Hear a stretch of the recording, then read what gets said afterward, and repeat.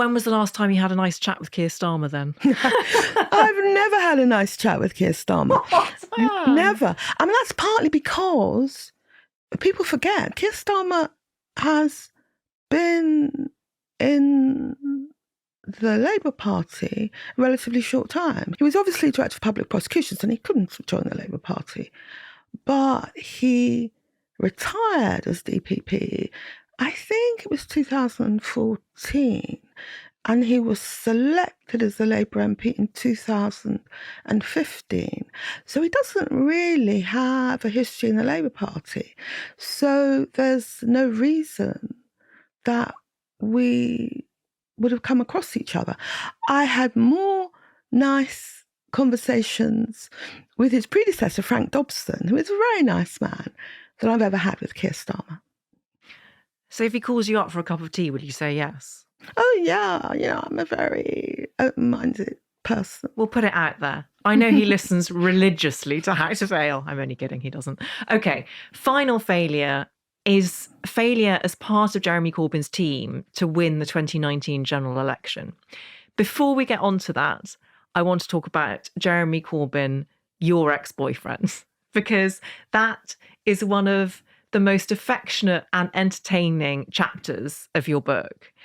I particularly loved the anecdote about the camping trip to France. Will you tell us what happened there? Because you were looking forward to some lovely meals out in French restaurants. What happened? Well, what happened is we went on a holiday to the south of France. And we went on his motorbike, and I was on the back of the motorbike, something I couldn't dream of doing now. And being Jeremy, it was a socialist motorbike. It was made in East Germany, but it kept breaking down.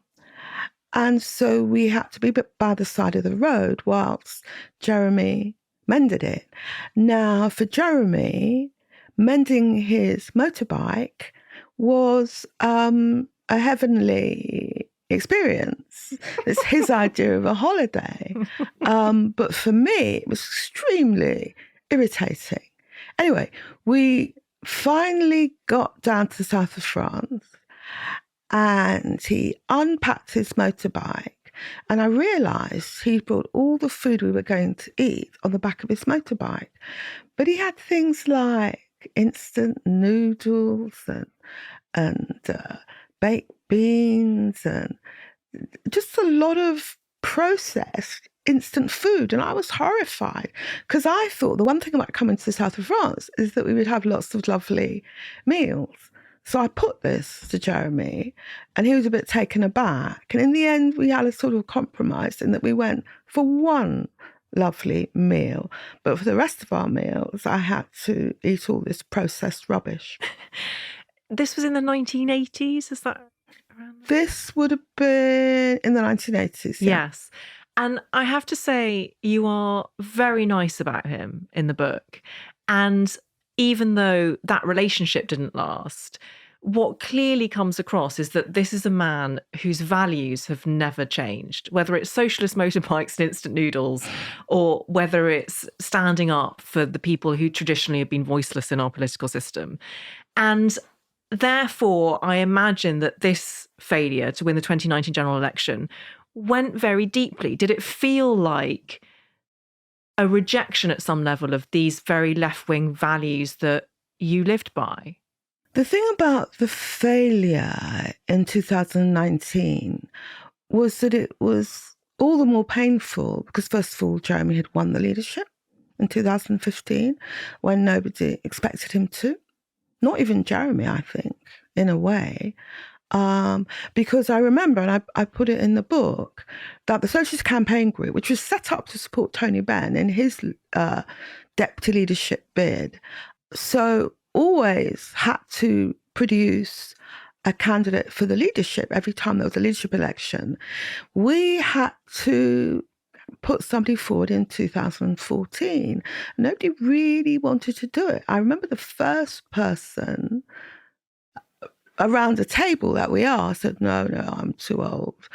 And John McDonnell said, I've done it before. And I said, I've done it before. And then we got to Jeremy. And Jeremy said, oh, all right. So he wasn't particularly enthusiastic about running, and he didn't expect that he'd win, but he did win. And that was a triumph for the left. And then in 2017, that people forget, we had a very good result.